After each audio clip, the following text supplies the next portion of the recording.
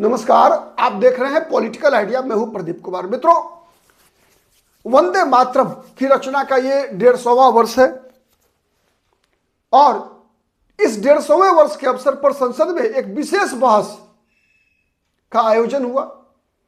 साथ ही अगले 6 महीने के अंदर देश के जिन 5 राज्यों में चुनाव है उनमें एक राज्य बंगाल भी है और बंगाल में भी वहां भी वंदे मातरम के रचयिता बंकिम चंद्र चट्टोपाध्याय बंगाल से आते थे।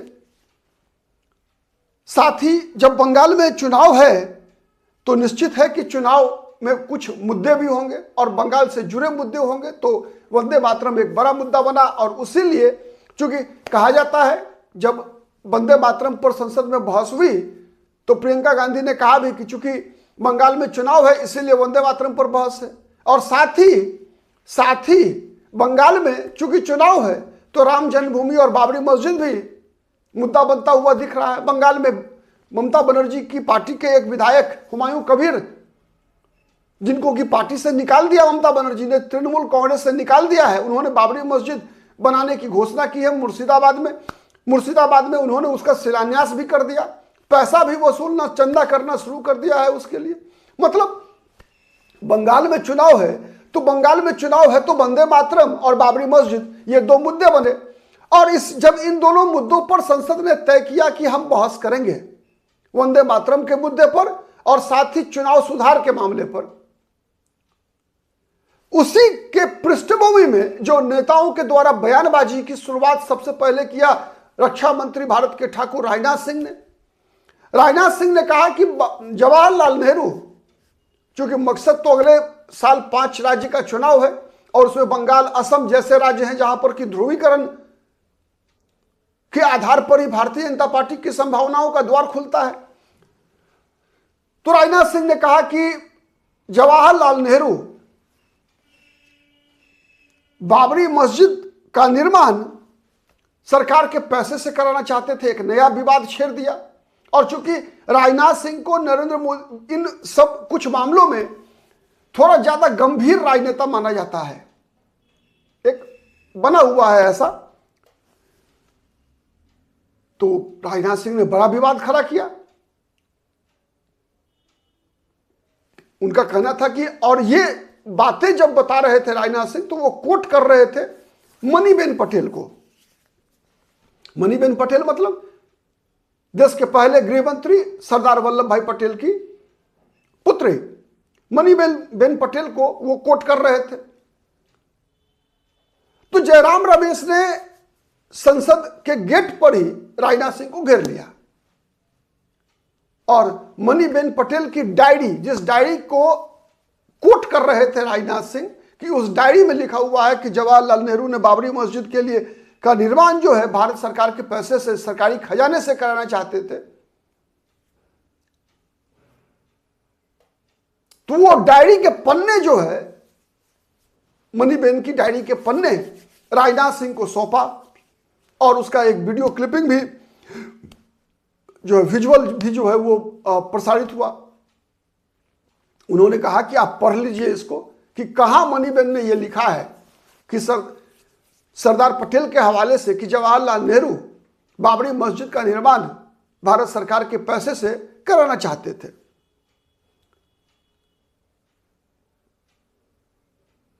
तो ये इस प्रकार से जो है एक राजनाथ सिंह को घेरा जयराम रमेश ने संसद में ही।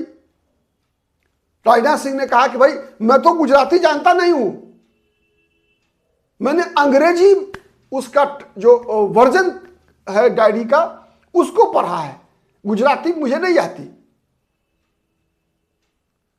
तो जयराम रमेश ने कहा कि कोई आपके कई गुजराती मित्र हैं उनसे पढ़वा लीजिए, बताइए कि कहां पर ये बातें मनीबेन ने लिखा है कि जवाहरलाल नेहरू बाबरी मस्जिद का निर्माण सरकारी धन से कराना चाहते थे, सरकारी कोष से कराना चाहते थे। मुस्कुराते हुए चल दिए ठाकुर राजनाथ सिंह संसद की तरफ, संसद भवन की तरफ। भाषण हुआ उनका भी, आपने देखा कि राजनाथ सिंह के भाषण में कौन कौन सी बातें निकल कर आई। दरअसल मैंने बताया जैसे कि नरेंद्र मोदी जब प्रधानमंत्री बने थे, उन्होंने कहा था 4 साल हम राजनीति काम करेंगे सरकार का, जिसमें सत्ता विपक्ष सबके सबका सहयोग लेकर एक टीम इंडिया के रूप में काम होगा, लेकिन 5वें साल राजनीति करेंगे। दरअसल देश में 5 वर्ष तो राजनीति होती है। हर साल कुछ राज्यों में चुनाव, 2025 में बिहार में हुआ, दिल्ली में हुआ चुनाव, 2024 में लोकसभा का भी चुनाव था और कई राज्यों में विधानसभा का चुनाव हुआ, महाराष्ट्र में हुआ, हरियाणा में हुआ, झारखंड में हुआ।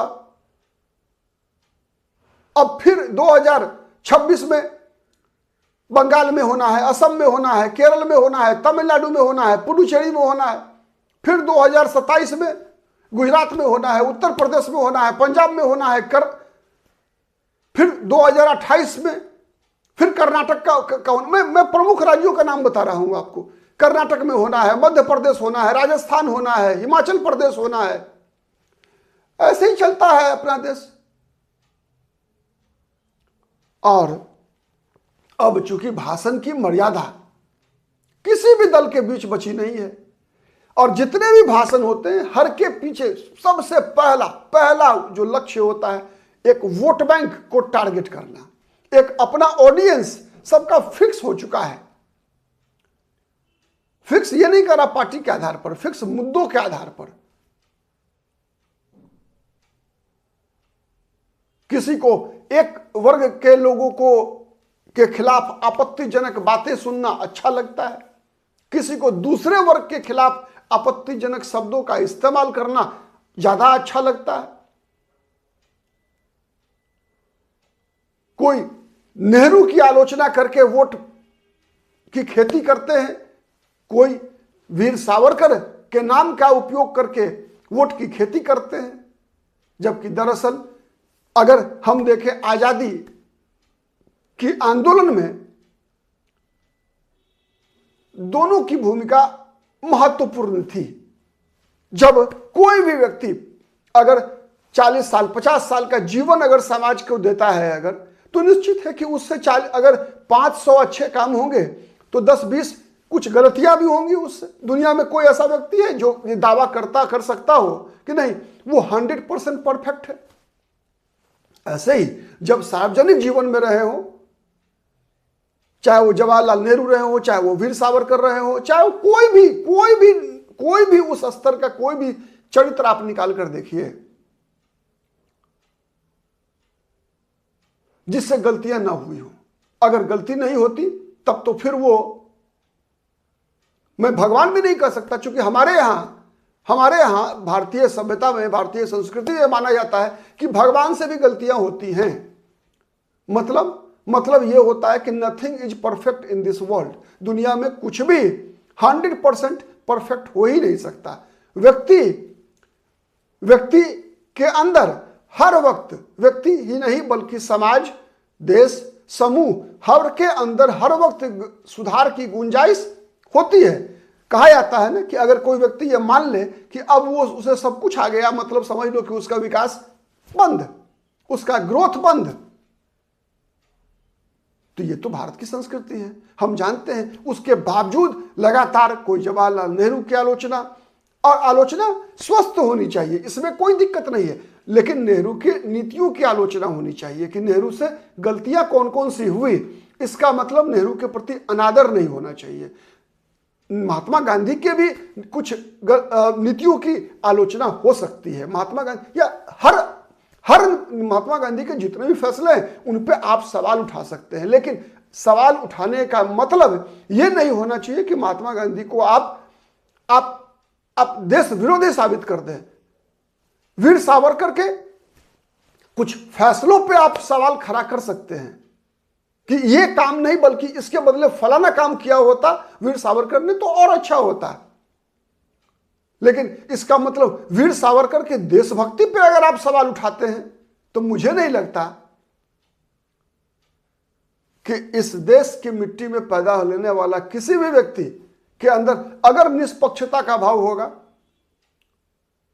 तो ऐसे ऐसे सैकड़ों महापुरुष हैं इस देश के जीवन में, भारत में, जिनके राष्ट्रभक्ति पर, देशभक्ति पर, समाज के प्रति उसकी श्रद्धा पर आप सवाल खड़ा करने का हक कम से कम आज के राजनेताओं को तो नहीं है। जितने भी सत्ता और विपक्ष में जितने भी राजनेता हैं, आप नजर उठा के देख लीजिए, कोई किसी का व्यक्तित्व तो ऐसा नहीं है जो महात्मा गांधी, पंडित जवाहरलाल नेहरू, वीर सावरकर, श्यामा प्रसाद मुखर्जी, राम मनोहर लोहिया,